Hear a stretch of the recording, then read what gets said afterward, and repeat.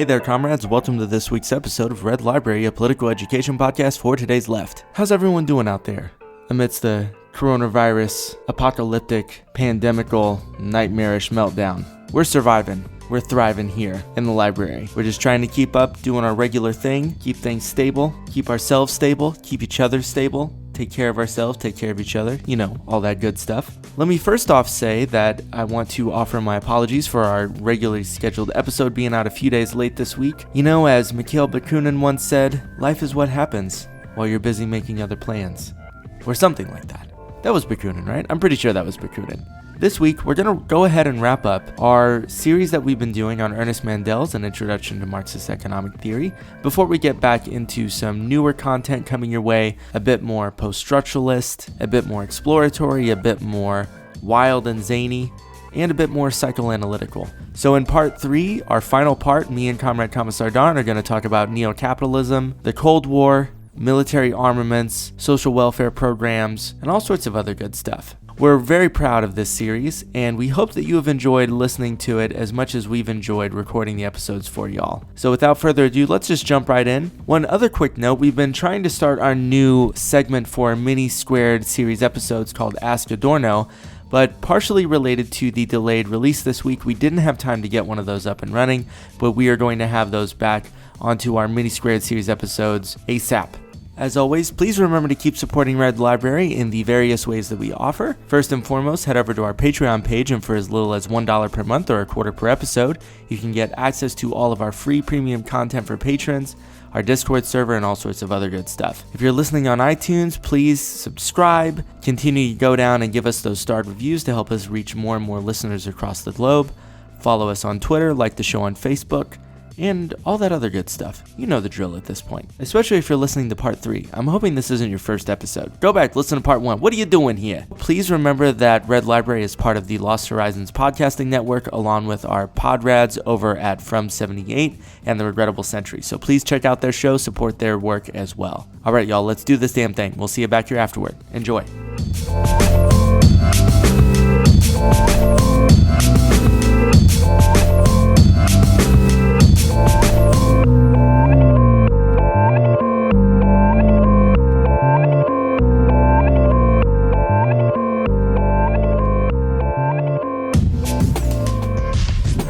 Hey comrades, welcome to the dojo, the theoretical dojo. Yeah, yeah, chill. Come on, it's a callback to our Art of Self-Defense episodes. Okay. Yeah, I don't know, man, it's late. We're recording this one late, y'all. Yeah, it is late. We're coming to you in the wee hours of the morning. We're going to be slightly lower energy than usual. Yeah, we definitely do not have big dialectical energy tonight. We're definitely operating on more of like a mid-tier dialectical energy. That's true. Yeah, but we're going to make it happen. That's true. Because that's how we fucking do things on Red Library. Bow, bow, bow. Well. Today's? Yep. We're wrapping this thing up, completing the final pane of the Marxist economic triptych. I like it. Yeah. I was just thinking about Hieronymus Bosch and, you know, like 15th century religious art. Yeah, it's good. You know me, I'm a big Bosch fan. You are. And I felt like shoehorning that in here somehow. So that's that's the best place I'm going to find to put it in there. So Good. Well, we're here to do part 3 to wrap up Ernest Mandel's An Introduction to Marxist Economic Theory. You want to touch base on anything from part 1 or part 2 before we jump in? Because, I mean, I think because of our mid-tier dialectical energy, we're getting straight down to business tonight. I feel that's how it's going to go. That's pretty much, yeah. No, there's not much I wanted to talk about in relation to parts 1 and 2. How about you? No, not really. I mean, I feel like we sort of reviewed some part 1 and part 2. We spent a significant amount of time on it. Yeah. I don't know if we've clarified anything. And now we're just, we're trucking right along. Yeah. I mean, I remember over the last week or two, I thought, yes, there was things that I wanted to go back and review, but now that we're doing it, I don't remember what they are. So we're just not going to do that. Well, and I think we, in the interest of having it being a mini episode, we're really shooting to be 30-40 minutes. I think we are the most committed to this being a mini episode than we have to make it happen. Any mini episode. Yeah, I agree. I think in the past we would usually record these a little bit earlier, and so it would be like, oh, let's just start talking, and then whoa, it's an hour, and we're just like, fuck this. We are here to When business when it hits accomplished. 45 minutes, this recording is ending, regardless of if it's mid-sentence or not. Yeah, actually, if Don is still talking at 45 minutes, I'm going to pull out a gun and threaten him at gunpoint to stop talking. It's a threat. You can just ask. I probably would just ask. Actually, I feel like it'll be the other way around. You'll have to tell me to shut the fuck up. Also, what we should do is just stop the episode at 45 minutes and tell everyone that if they want the rest of it, they have to become a patron and just never finish the episode. I like it. Yeah, that's our business model. That's the plan, yeah. I think you said right before we started recording, just complete opaqueness and lack of transparency is how we operate. That's what I shoot for. Our podcast. That's pretty much my life goal, is just a complete and utter lack of transparency to everybody that knows me. You know, in my field, we like to say, not what's wrong with you, but what happened to you. Done. Get out of here with that shit. We're not doing that right now. Now we're an NPR therapy podcast. I'm going to put in some bullshit NPR music behind me. Let's stop lollygagging. Yeah. Stop with the shenanigans. Let's get to it. So chapter 3 is titled Neo-Capitalism. Arrives from the future. Sorry, I had to make the Nick Land joke. All right, I'll stop. Keep going. No, yeah. Less Nick Land, the better. So for Mandel, he wants to say that fascism creates essentially a bit of a dead end economically. That there's the tension between the two classes becomes too great, and the economy stagnates because of it. So this is not the most beneficial direction for capital economy to go.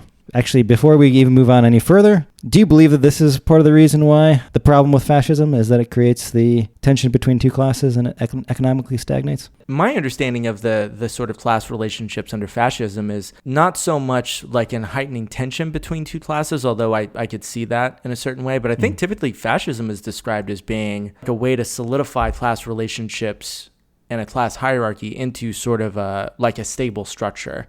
So it's a way to kind of eliminate tensions between classes. So, I mean, I've seen a very, very different approach to this. I mean, I will say, there's a lot of arguments stemming from, he's a Trotskyist, right? And so he comes from the sort of Trotskyist tradition. And, one of Trotsky's hypotheses about fascism was it was sort of a response of the bourgeoisie to capitalism in decline. It was like a drastic, violent, destructive effort to save capitalism. And I think he's definitely coming out of that tradition with his starting point where he basically says that the global economic crisis of 1929 sort of forced the bourgeoisie to change its attitude toward the state and to the future of the capitalist system as a whole.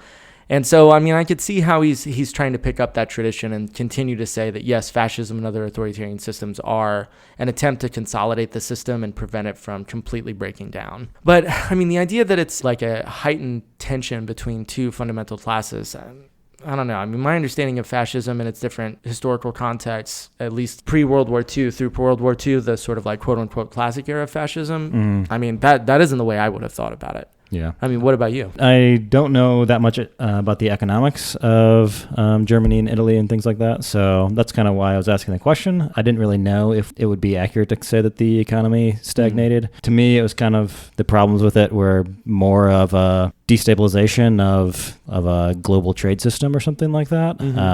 Getting your entire country bombed and shit like that is kind of problematic for capitalism as well. So yeah, I don't know. I guess I just wasn't really sure if that was the best description of why fascism proved to be problematic for like capitalist system. Well, I think, in the Marxist economic tradition, right, we're trying to explain things through the sort of tensions between classes, the sort of ongoing heightening of capitalist crisis. So I think my understanding would not be that it would, all the explanations I've heard of how to describe it, especially fascism in Germany in particular, would not necessarily fit into that explanatory framework quite in this way. Okay. Well, anyway, all that aside, he then wants to say that because fascism was like a bit of a dead end, that capitalism begins to follow the American model, which is a state intervention into the economy. And along with this is kind of hints that there's like an easing of class tensions, or at least sort of hiding class tensions to some degree. Yeah, and I think this is a really important historical argument to at least be familiar with, even if you don't necessarily totally agree with Mandel's framing of it, just because looking at the sort of compromises of the New Deal, there's an ongoing debate right now, especially among a lot of people in kind of like the Jacobin left, or people who are, like run some of the leftist podcasts that are fairly popular about how to understand what the New Deal was. Was it a sort of concession by capital to the workers in the midst of a global economic crisis of unprecedented proportion, or was it a compromise that the workers sort of became more integrated into the capitalist economy and strengthened the state? So I do think that period and how you understand the New Deal, again, has resonance today, and it's an ongoing debate, especially with things like the Green New Deal and talk of Bernie Sanders and Corbyn and such, and trying to understand the relationship of the state to the working class movement, whatever that is. And I think it's still a live issue. I think we should probably mention, even before we get much further in this, that this chapter is titled Neo-Capitalism, but at the same time, this was written, in the 60s? Yeah, I think we said it was like late 60s, 68, 69 or something along those lines. Yeah. So I think he'll talk a lot about, both the definition of neo-capitalism would now be probably an older form, or at least a modified form than what we see nowadays. And a lot of his descriptions were probably accurate at the time, but it doesn't necessarily mean that it's accurate anymore. Yeah, I do think some of the things we'll talk about near the end, especially, I do think are a little bit prophetic. I do think he was seeing a trend of what we would eventually call neoliberalism in terms of the necessity of the state to guarantee the amortization of profits and everything else. So I do think, he was seeing things as they were developing, kind of the same way that Stuart Hall was like very early in the game of being able to identify what we now call neoliberalism. Yeah, I wouldn't disagree with any of that. I would just say that, I think as we read this, we probably need to always be thinking about, have things changed now? Yeah. And how are they different if they have? So. Yeah, because we're going on 50 years since this book was published. Yeah. So I want to touch on one core concept here that Mandel has written another book on, that I think there are some probably more like hardcore economic realms. There's some pretty serious debate and sort of debunking of some of these ideas, but he does bring up the idea of what's called I got to say this in the accent in which I heard it pronounced, which is Kondratiev waves, or what are called K waves, on a video that I found, and I couldn't help but just read that. And it's basically a video about how to invest based on these sort of waves of economic growth and then economic sort of decline and slowdown. And just the fact that they were called K waves in this like very basic like investment video, I just found incredibly funny. But the idea is that these waves of essentially, again, expanding economic growth and then sort of a following period of economic sort of decline or slowdown of growth. These waves are thought to happen every 5, 7, or 10 years. And then there are longer term cycles as well, about 25 or 30 years. And basically the idea is that capitalist crises tend to come like based on the sort of rise and fall of these waves of economic growth. And so I thought it was actually he has a pretty good description, I think, of just a basic idea of that, yes, like capitalism and the way that it functions kind of moves in these waves, and these waves tend to, where crisis happens comes based on how these waves are operating. And actually, there's a quote on 77, which is where he talks about Kondratiev. Kondratiev? Yeah. Oh man, you nailed that shit. That was great. Oh, thanks. That I think kind of explains what he means by, or at least partially what he explains by neo-capitalism. It's at the very end of very bottom of the page. This neo-capitalist policy is based on rather close collaboration between an expansive bourgeoisie and the conservative forces of the labor movement, and is fundamentally sustained by a rising trend in the standard of living of the workers. Yeah, I have that down in my notes too. It's a good quote. So one important thing, speaking of the time in which this book was published, is that the idea about the sort of changing economic landscape globally of what was happening in the mid to late 60s is that Mandel describes it as the sort of automatic internal functioning of the capitalist system, the way that we would understand it, is starting to basically slow down and grind to a halt. And so by the mid-60s, to essentially make sure that the system is continuing to function without even more and more violent disruptions and trying to mitigate those, that you're going to start seeing sort of conscious expanding intervention of the state that is essentially, its whole goal is to make sure that the sort of globalized free market capitalist economy continues to function. So basically, the idea is that the state really starts to ramp up here, and its main role is to essentially ensure that capitalism continues to function, precisely because the more automatic nature of its processes are starting to break down. I did want to say one thing here, and this is, I think, a really important distinction whenever we think about the word neoliberalism. Now, there's a book by Philip Murawski that is called The Road to Mount Pelerin. And it's essentially a book of essays that's trying to understand the development of who we now think of as the sort of Chicago school, like Friedrich von Hayek, people who basically are seen as the sort of founders of what we call neoliberalism. And it's just important to know that neoliberalism, the idea that just let everything be decided by the market, is one particular approach. But there was another school that was originated in Germany that were called the Ordo liberals. And their idea was essentially not that the free market should reign, but it was that, yes, you need a strong state precisely to make sure that the market functions the way that it should. And so it's just important, I think, historically to understand that the idea of like the neoliberal ideology, the big neoliberal mindset, I want to say, it's just like one particular school that tended to gain dominance. But there were other ways of thinking about the role of the state needs to be very, very strong to ensure that markets function. Yeah, and so I think that the first one that he wants to talk about, the first way that the state intervenes, he's going to talk about through technological revolutions. Mm-hmm. And because nearly all technologies are first developed by the military, the Cold War is going to be the perfect engine for this type of development. And I actually feel like this actually follows great after your episode with David. Mm-hmm. I was thinking like that talking too. about talking about that. So I thought that was it's kind of a good connection between episodes here. And so he wants to talk about how military expenditures are much higher at the present than they were before World War I. Because he wants to say that in World War I, it was like maybe 4 to 5% of Mm-hmm. GDP or something like that. And when he's writing this, it's closer to, for a lot of Western countries, like 20 or maybe 30%. Yeah, so huge expansion of state expenditures and how much the state is actually gathering like the sort of like GDP at this point. Yeah. Yeah.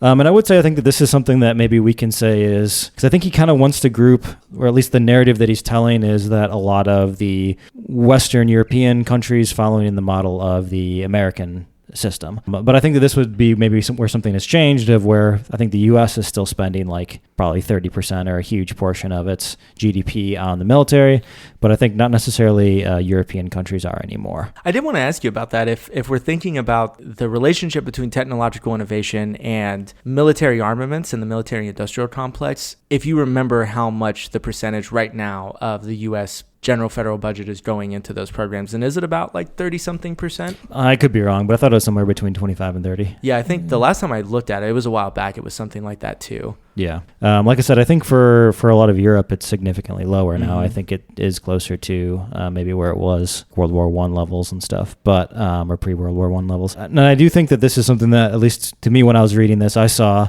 is that I think that right now there seems to be like a much larger gap between the models of capitalism that we see in the U.S. compared to at least the details of them compared to in Europe. So. And this might actually be an interesting thing, that Mandel's framework around what are the two basic ways you try to prevent crises within capitalism are sort of developing. I mean, one of them is going to be sort of military armaments, funneling money in there for technological development and for what he's going to call producer side goods. And the other side, the other approach, is to sort of try to bolster consumer purchase goods. And essentially one of the things that we're going to talk about is the sort of expansion of a social safety net is the other way that you try to prevent capitalist crisis. And it's probably a very, very brute sort of explanation, but considering the US, I think of our GDP, I think it's something like maybe 10% goes to the social safety net. Or less. It might be less. It might be more like 8% or something like that. But basically, if you look at the sort of general like pie of how much we're spending, if in the US we're spending much less on social welfare programs, then it would kind of make sense that then that money is probably going to be going into military armaments based on Mandel's sort of framework here. Yeah. I mean, we'll probably get into it a little bit later in this chapter, but yeah, he kind of sets up these like two methods for trying to stabilize the capitalist system. And I think when he's writing, it kind of seems like most of the countries are doing both. Mm-hmm. And then I think now when we look at the systems, it seems like each country, or America chose one path and maybe Western Europe chose the other. Fuck yeah, we did. I don't know what that's supposed to mean, but okay. Well, I mean, it's sort of like American bravado, right? It's like, oh yeah, we chose the military arms path because we're just that fucking badass. And this is something that I don't think he talks about, but when we see, we've seen, at least here in the U.S., so much manufacturing move to overseas, first to China and then to other places. I will say the one form of manufacturing that we've kind of kept here usually is involved in the military-industrial complex. Yep. That's still the type of thing we make. We still make aircraft, and both commercial and military, but obviously a lot of it's in the military. A lot of, any of the electronics that we make here, they usually almost always going into military equipment. And I feel like a large portion of the middle class is actually still, by having those jobs in like manufacturing and in design and stuff like that, is still kind of built off of the military expenditures and stuff. So I think getting rid of those actually would see like, there would be effects on the economy because it's become such a huge part of it. So yeah, it's almost like a necessary evil that we now have to sustain. Yeah, exactly. I want to touch on a couple of just really quick historical points about the sort of development of this, like these phases of capitalist crisis and growth that are related to the K waves. Sorry, I really love saying K waves. But it's important to just think about for Mandel that the period between 1913 and 1940, so basically start of World War I up to the real sort of ramping up of World War II, that he generally sees that as a down cycle. So again, it's one of those cycles about, about 25, 30 years or so.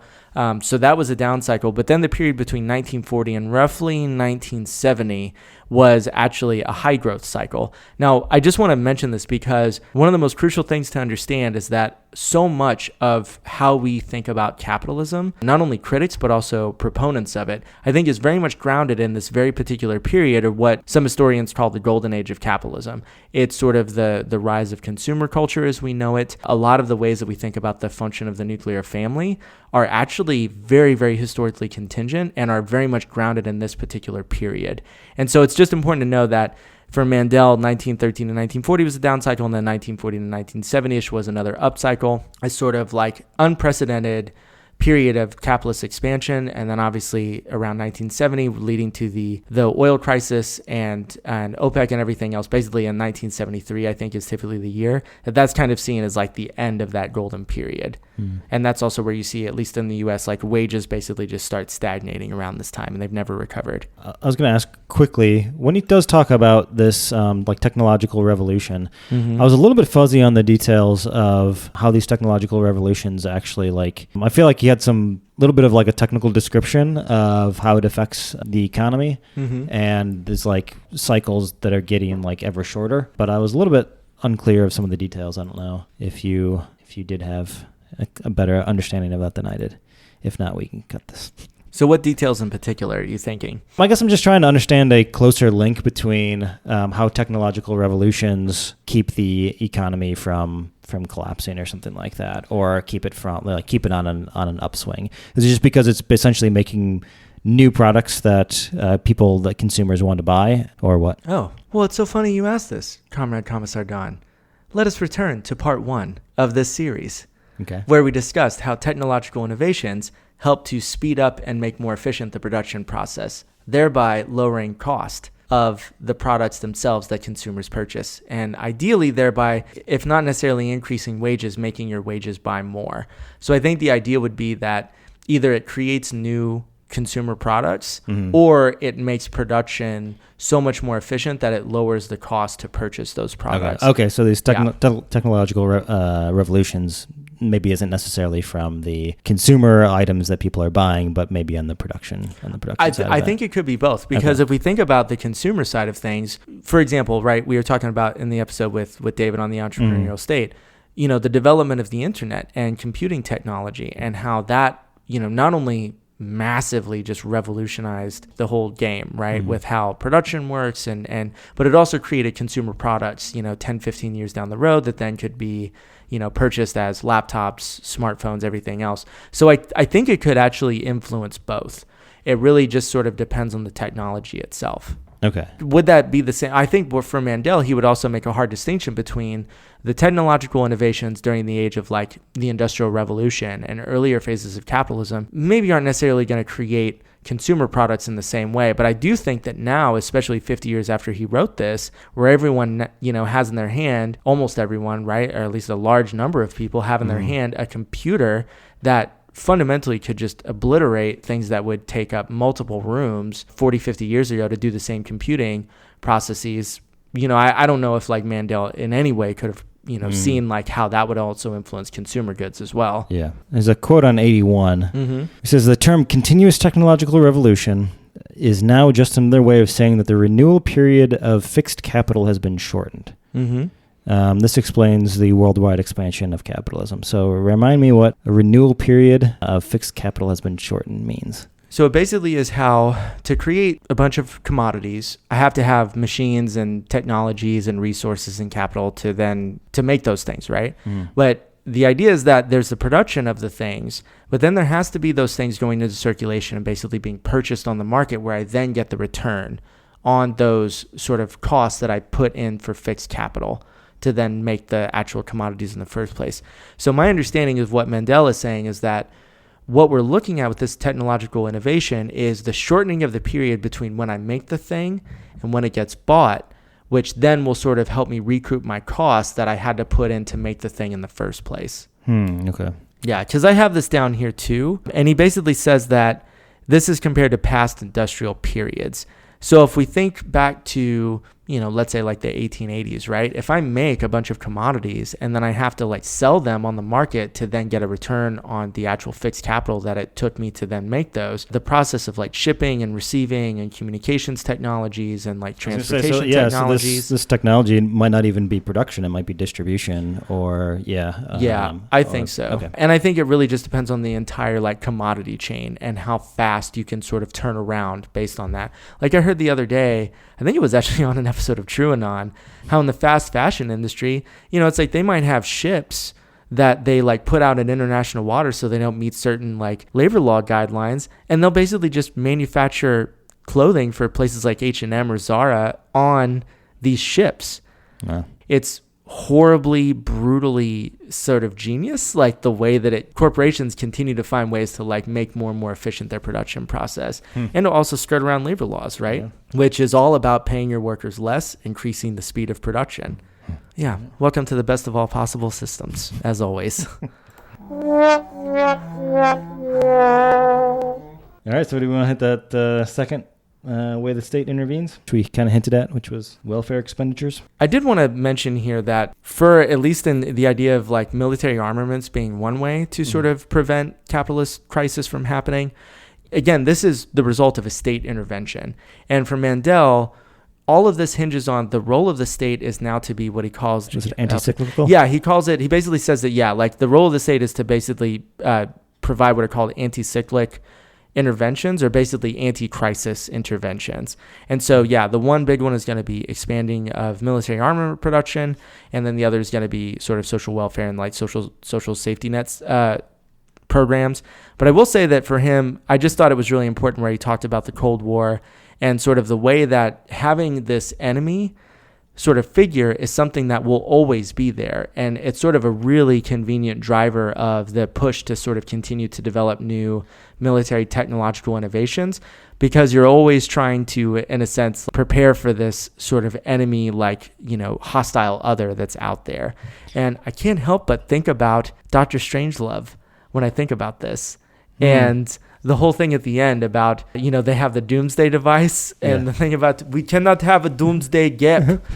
And I just thought that was a really, horribly dark and hilarious sort of depiction of this exact kind of logic. Yeah, I think he has on page 81, he has a good quote. And that kind of explains why the armament production is different from the other types, where he's like, there's consequently a real stimulus for permanent research, uninterrupted and practically without any economic consideration, at least for the United States, so that the river flows on with virtually no obstruction. This means that we are passing through an era of almost uninterrupted technological transformation into the sphere of production. He also wants to say that, in some ways there's, if you're feeling a threat, like an outside threat, then it's not an issue of, is this economically feasible or not? Yeah. Like, you can justify just about any amount of expenditure because you need that new technological innovation in order to make sure that you are, because if you don't have it and the other side gets it, then that could mean them being victorious in war. And when we're thinking about the Cold War, we're thinking about most likely a total war. And so, there's the logic that I think capitalism normally, I guess, requires or encourages or something like that about we should only invest in this research if it's going to produce positive outcomes or some good profit in the future or something like that. It's going to be worth it. When it comes to arms sales, that doesn't make any sense anymore. Everyone talks about a Cold War, But what about a cool war? I'm sorry, that just felt like the perfect place to shoehorn it in. That's an Eric Andre joke. It's my favorite Eric Andre joke. I'm going to post in a video.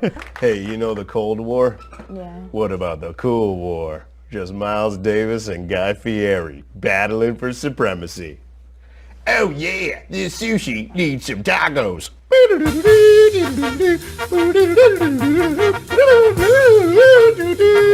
But now let me ask you a serious question. Do you think that whenever we talk about things, let's say the expansion of like NSA surveillance programs, like PRISM, the things that Snowden was a part of, black budgets, all this sort of technology, the F-35, I think on some level, whenever we even talk about this on the left, there's this sort of critical thing about, well, this is the nature of imperialism and racism and like white supremacy. Do you think to some degree we're not identifying the necessity of the economic aspect of these programs and these developments?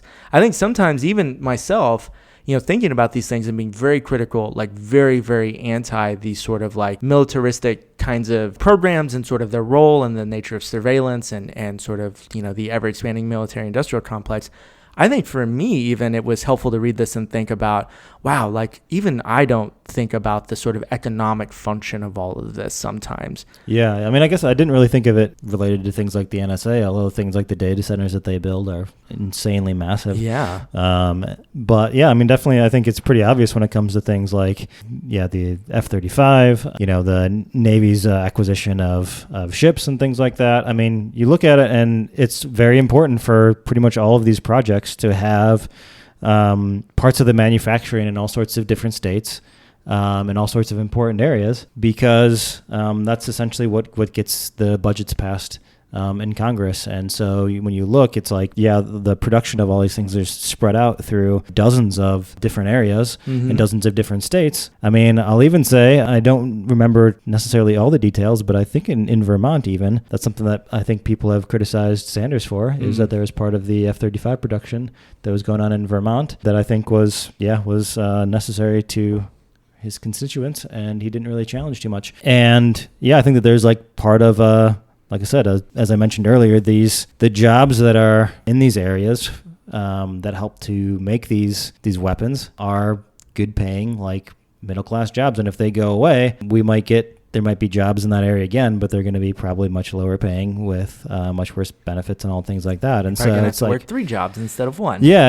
And so it's like, I mean, those are essentially the manufacturing jobs that on the private sector that, or I mean, I should say I don't even know how we would distinguish it, because I mean, all these are private companies that are making them and stuff, but at least for products that would be put into private consumption for on the consumer market, all those jobs have moved away already, and the ones that have remained are pretty much entirely for the military industrial complex. And like I said, a lot of people don't want to lose those jobs. I do think that it was near the end, but Mandel does speak to this, sort of the way that particular geographic regions, especially in the U.S., are so fundamentally dependent on those military armament industries continuing, that I think he mentions California, and that if you were to pull those out, it's like the sort of local economy of California would just almost completely collapse.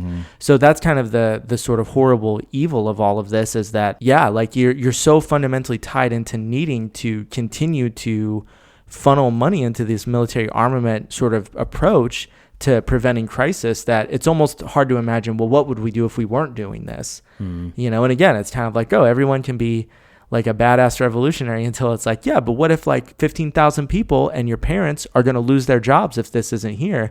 And I don't think that's a question many of us have even thought about, let alone have like an actual strong answer to. Yeah. Do you want to move on to the second one? So we're talking about social expenditures. Yep. Okay, so we've talked about how military armament production is one way to stave off capitalist crisis, and the other one is going to be increasing in social expenditures.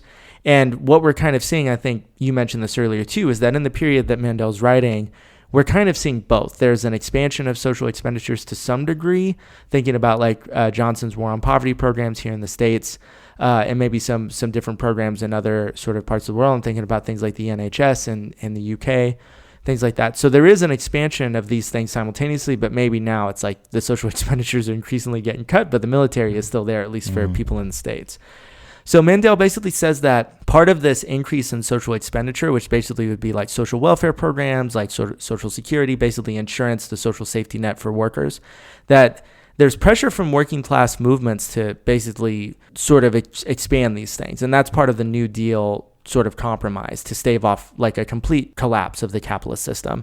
But he also says that there's sort of an incentive for the state too. And I wanted to ask you about this because I found this a little complex and I just maybe didn't read it close enough. But he basically says that these programs also are sort of a way that the state can sort of use kind of like liquid funds to invest in these programs as a way to expend capital as well. Well, let me read a quote from Mandel, and I don't know if this will clarify this that much, but I do have this right underneath this point. So he says, this is a little bit long, but I'm going to try to read the whole thing. He says, the ever-mounting size of these Social Security funds has, moreover, brought about a special situation, posing a theoretical and practical problem to the working class movement. The latter properly considers that all funds paid into the Social Security Fund, either by employers or by the state or by withholdings from the wages of the workers themselves, simply constitute a part of wages, and a, quote, indirect wage or, quote, deferred wage. This is the only reasonable point of view, and one harmonizing, moreover, with the Marxist theory of value, since everything received by the worker in exchange for his labor power should, in effect, be considered the price of that labor power, regardless of whether it is paid him immediately as a direct wage or later as a deferred wage, like a Social Security payment. For this reason, parity management, quote unquote, so basically working with the union, must be considered as a violation of a worker's rights. So maybe that didn't clarify it all that much, but I thought it was an important thing to just basically say that this distinction between social expenditures and having more and more social welfare benefits is in some way still a type of wages that you're getting. Again, it's just sort of deferred until a later date. And we're going to see that this is actually going to provide a very, very unique tension within the sort of expansion of these programs. So again, maybe we can clarify that whole thing about the state expenditures and the use of liquid funds at some later time, because I love you, comrade listeners, but I just ain't doing it right now. Read the pamphlet. I was even trying to find where he talks about that. Maybe me in a drug-induced, delirious, Hunter S. Thompson-like haze just put that down. No. It's very possible. I mean, I'm sure he talks about it. I think I probably read through it and just my eyes glazed over, and then didn't read anything about it. I was right in the middle of a fucking reptile zoo, and somebody was giving booze to these goddamn things. I think at this point I'm just pasting in block quotes. Okay. So I think we've talked about, I think this tension between direct and indirect or deferred wages is a really key one. Mm-hmm. And I guess one thing, I do want to address something he says really quickly that I found really helpful, that the sort of issue at hand here is that the idea of deferred wages and the expansion of Social Security, he says basically underneath of this is really a principle about class solidarity. And he basically says the funds for sickness, accidents, etc. are not based on the principle of a quote-unquote individual return, each one eventually receiving everything he or the employer or the state has paid for in his account, but on the insurance principle. Those who do not have accidents pay so that those who do not may be fully covered. And so I actually found that kind of an interesting thing, right? To basically sort of frame the point of these programs as actually sort of a way to build class solidarity. And then he's eventually going to say that what we really should be doing is expanding this where essentially every citizen has solidarity. It's not just about you being a worker, it's every citizen has it. And whenever he talks about the expansion of these programs in France in 44 and like the development of the NHS in Britain, I think it's important to say here that the idea that these are about redistributing wealth in a society says this is actually fundamentally false. Redistribution of wealth in terms of the bourgeoisie having wealth taken from it and redistributed to the workers has actually never happened in these kind of programs. Mm-hmm. That whenever you look at the expansion of social insurance programs in France and Britain, those were mostly funded by the taxing of the workers themselves. And so it's one of those important things to remember that whenever someone talks about, oh, this is about redistribution of wealth, just remember that more often than not, historically, it's never been about redistribution. It's coming from the workers themselves. Yeah, the workers are paying for it. You're paying for your own deferred wages. Yeah. So let me read this quote on 89, because I think it'll touch on something you mentioned earlier and I think is a good explanation of what he's trying to say. There's another aspect to this growing importance of deferred wages, of social insurance, to the national income of industrialized capitalist countries. It is their anti-cyclical characteristic. Here we find another reason why the bourgeois state, or neo-capitalism, is interested in increasing the volume of these deferred wages. It is because it plays the role of a shock-absorbing cushion in preventing too sudden and too violent a drop in the national income in the event of a crisis. And I think that's kind of basically a big part of what he's trying to talk about here, right, is that these welfare programs essentially by helping to alleviate the drops when capitalism kind of falters. It basically evens things out enough to where if there's a crisis, it at least isn't bad enough to cause a revolution. Yeah, and I think the point that he makes is that what they typically do is they don't maybe cause a full-on crisis, which could lead to revolutions and which have historically, but they do lead to recessions. Right. And essentially a recession is a capitalist crisis, a full-blown capitalist crisis that gets stopped midway by either the use of social insurance to bolster consumer side production or consumer production of goods and then purchasing of those goods, or on the producer side with military armaments to ensure that production is still going to be occurring. So just again, important to remember how these two different aspects, function on both the producer and the consumer side, but they have the same role to basically be anti-crisis in nature, anti-cyclical in nature. Exactly. Yeah. So he wants to say that another change in neo-capitalism is a permanent inflation that takes place. And so because armaments still pay workers just as they would get paid in any other industry, but because there's no corresponding good that's put into the market, there's nothing to absorb these extra wages that are being paid. And so with basically all these extra wages being paid, but no corresponding goods that is put on the market to be bought, what essentially ends up happening is inflation occurs. And so because these military expenditures continue to increase, inflation essentially just becomes permanent, where every year prices continue to inflate.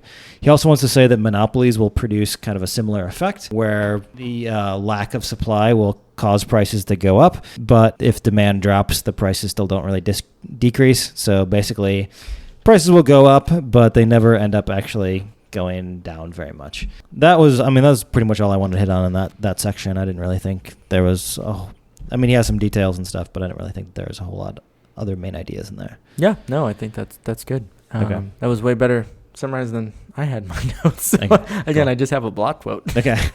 The next thing I do think is important is just to touch on the sort of aspect of the planned or managed economy and this particular sort of capitalist system versus like a more socialist or communist planned economy in the way that we think about it. Yeah. So basically the role of planning or managing the economy in the sort of neo-capitalist kind of phase that he's writing about is essentially all about making sure that there's the return on the sort of expending of capital and the production of commodities. Basically, to ensure that happens in this increasingly complex system, you have to very meticulously plan and calculate in the most accurate way possible how to preserve the economy from short-term fluctuations, which contain the danger of creating an incredible amount of disorder in enterprises operating with millions and billions of dollars. And essentially, you want to minimize fluctuations and then also try to keep it going without disruption. So essentially, you have to really, really plan this for this to happen. So I want to read a quick quote, and this is his comparison between this and like a socialist planned economy. He says, "It is essentially different in nature from socialist planning. It is not mainly concerned with setting up a set of objectives and production figures and ensuring the attainment of these goals. Its major concern is with coordinating the investment plans already drawn up by private firms and with effecting this necessary coordination by proposing, at the very most, certain objectives considered to have a priority on the governmental level. These are, of course, objectives corresponding to the general interest of the bourgeois class." So the idea is that you're planning, but the objectives, if you are setting them up, are essentially in the interest of the bourgeois class. And what he also says is that the employers that they're kind of prioritizing the interests of, it's not every employer, it's generally monopolies and trusts. So it's, again, like the very, very top layer of this sort of bourgeois class that is sort of setting the priorities. Yeah. And to me, that was a helpful distinction to think about. There is planning, it's just sort of planning for two different ends. Yeah, it's like essentially with the state intervening in the economy, it also means that basically monopoly power intervenes in the state to make sure that they are essentially the winners. Yeah. I did think when he was talking about how the power that they would exercise, that monopolies would try to get the government to do, it was like almost a little like, because he talks about, they want to have basically power over laws about unions and basically against striking and things like that, which I kind of found a little bit, actually, let me read this quote. "The entire logic of a managed economy is precisely to avoid strikes and attempted improvements during the only phase of the cycle in which the relationship of class forces favors the working class. This is the only phase of the cycle This phase where the demand for labor greatly exceeds the supply, in which wages can stage an upward leap and reverse the unfavorable tendency in the distribution of the national income between wages and profits at the expense of wages. I mean, I will say, looking at it now, I feel like it's, I guess, in an age in which, at least in the U.S., unions have just been completely gutted. Mm-hmm. And in the last recession, we essentially just bailed out for billions of dollars and stuff, failing businesses. That, you know, the idea of how in this age they were guaranteeing profits, which is basically just like power over unions and stuff like that. I don't know if that was like a little bit quaint of like, oh, things have just become so much more even obvious now than they were back then. Well, you know, the day that we're recording this, a few days before this, they dumped like 1.5 trillion into the stock market to try to bolster it against the coronavirus crisis, and it basically just like didn't do shit. I think it was just today we had the press conference, Trump declaring a national emergency, and he basically just gets a bunch of CEOs to talk about talk about what's going on with how they're going to help or whatever. Definitely want to know what the CEO of Safeway has to say about you know, virus and disease control. Maybe just to sum this up in a quote that I have here. So he says, we can draw the following conclusion from all of this, that state intervention in economic life, managed economy, economic programming, indicative planning, are not the least bit neutral from the social point of view. They are instruments of intervention into the economy, which lie in the hands of the bourgeois class, or of the ruling groups in the bourgeois class, and are in no sense arbitrators between the bourgeoisie and the proletariat. The only real arbitration which the capitalist governments carry on is as an arbitration between different capitalist groups within the capitalist class. And essentially the role of the state here is to guarantee the return. It's basically the guarantor of profit of the ruling monopolistic layers of the bourgeoisie. That's what the state's function is in Mandel's framework. Yeah, I mean, I feel like the last things I have in my notes are just quotes as well, because I feel like he has some really good quotes here at the end of this chapter. Hit him. Speak on it. So this is from 104, and I think this is a good definition for just when he talks about neo-capitalism. This is what he means: the real nature of neo-capitalism, of the growing intervention of government in economic life, can be summarized in this formula: more and more, a capitalist system left to its own economic automatism runs the risk of perishing rapidly, and increasingly the state becomes the guarantor of capitalist profit, the guarantor of the profit of the ruling monopolistic layers of the bourgeoisie. That's good stuff right there. Quality content. Coming from Mandel. And then I just had one quote on the very last page. I don't know if you wanted to hit anything else before that. Well, I will touch on this, where he talks about the reforms of basically trying to wrestle power back from trusts and monopolies. He basically says the fundamental goal of these reforms would be to take away the levers of command in the economy from the financial groups, trusts, and monopolies, and place them in the hands of the nation to create a public sector of decisive weight in credit, industry, and transportation, and to base all of this on workers' control. This would mark the appearance of dual power at the company level and in the whole economy, and would rapidly culminate in a duality of political power between the working class and the capitalist rulers. And so I thought that was a really kind of beautiful summary of where he's going with all this, that, you know, in some ways there are ways to reform that are like what you could call like revolutionary reforms. And his, I guess, perspective is that we need to reform, and the idea of those reforms is to sort of wrestle back those levers of control. It's not just to like give people shit, right? Which I think is sometimes even the way that people on the left talk about it now. It's like, oh, we want Medicare for all, we want abolishing of student debt, to basically just give you shit, to like basically relieve this burden and to give you things. But for Mandel, it's like the point of these reforms is about wrestling power back and creating a, you know, again, a very important phrase in the Marxist tradition, a dual power situation between the workers and the sort of upper layer of the bourgeois class. Yeah. So again, I thought it was actually a pretty powerful ending. Well, that was literally the quote that I was going to end with too. So perfect. I don't have to read it now. Synchronicity. Kismet. Huh? That we were going to end with the same quote.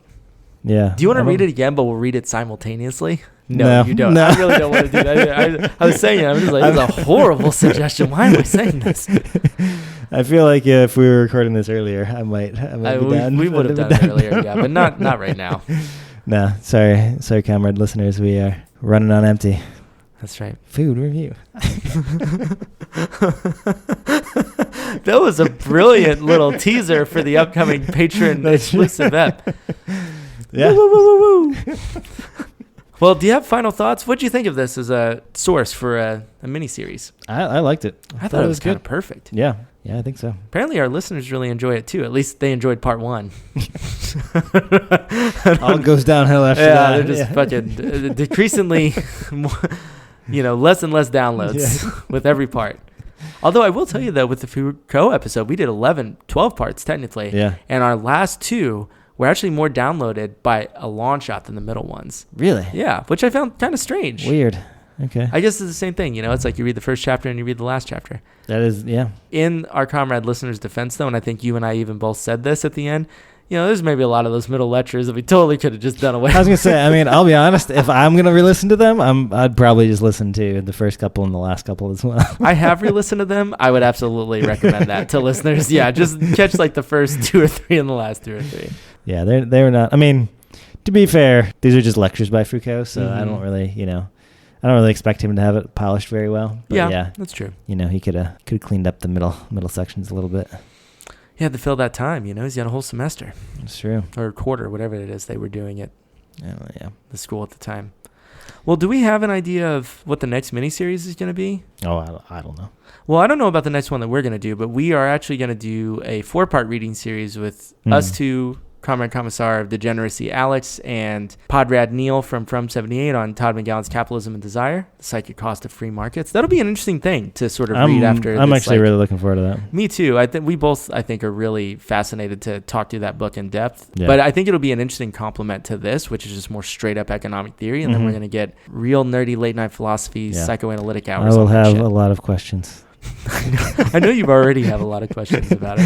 I've already been pestering you for the past 2 months with questions. Have I answered any of your questions effectively? Actually, yeah, you have. But I think enough time has passed that probably when I go back through my notes again, I'll probably ask the same questions. I do remember having a lot of questions myself where I was thinking, this is going to be great to talk about. Yeah. No, I think it'll be a lot of interesting shit. So. All right, y'all. Well, I think we'll probably have that episode, part 1 of that, coming up. Maybe not this month, but maybe next month. So we'll see. But that'll probably be the next miniseries, and then we'll cook up some schemes for other stuff after that. Cool. All right, comrades. You know what we like to say. We out here. Red Library out. Peace. Peace.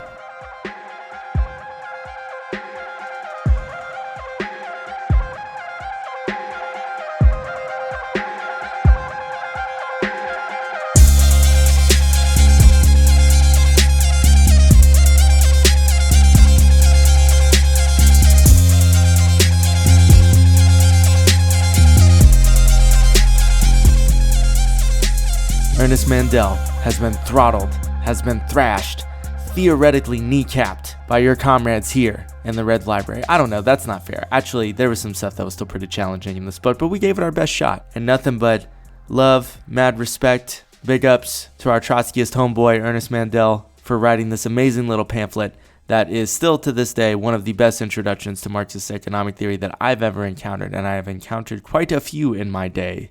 I don't mind telling you. All right, we're going to get out of here. We're tired. We were tired on the episode. Hell, I'm tired right now. All this coronavirus stuff.